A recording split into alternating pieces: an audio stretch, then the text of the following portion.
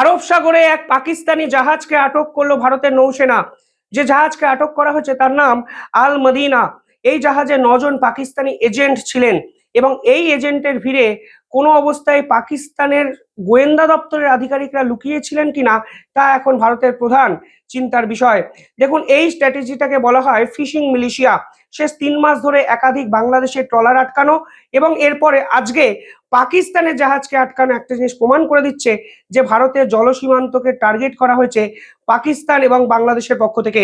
এই fishing militia স্ট্র্যাটেজিটিকে প্রথম কিন্তু আন্তর্জাতিক স্তরে নিয়ে আসে চায়না, যারা একের পর এক দেশের সীমান্তবর্তী অঞ্চলে মৎস্যজীবীদের জাহাজ পাঠিয়ে সেই জাহাজের মধ্যে গোয়েন্দা বা এই মিলিটারি আধিকারিকদের রেখে troop deployment, troop weakness, military mapping, weapon deployment সমস্ত কিছু ছকে নেওয়ার চেষ্টা কিন্তু করেছেন।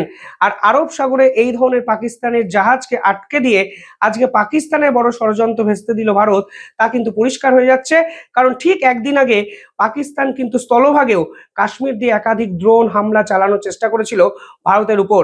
আর এরপরেই ভারতের সেনাপ্রধান পরিষ্কার হুঁশিয়ারি দিয়েছিলেন পাকিস্তানকে, কোনো অবস্থায় যদি তারা এই ধরনের অ্যাক্টিভিটি ফের একবার করে তাহলে অ্যাক্ট অফ ওয়ার হিসাবে ভাবা হবে।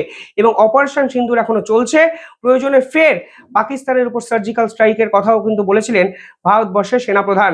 আর ভারতের সেনাপ্রধানের পরের দিনই আরব সাগরের তীরে পাকিস্তানের জাহাজের প্রবেশ এবং ফের কাশ্মীরের ড্রোন হামলার চেষ্টা, সব মিলিয়ে সীমান্তবর্তী অঞ্চলে উত্তেজনা চরম জায়গায় পৌঁছে গেল কালকে ফের একবার। এখন প্রশ্ন হলো ভারত কি করবে? পাল্টা সার্জিক্যাল স্ট্রাইকের পথে হাঁটবে?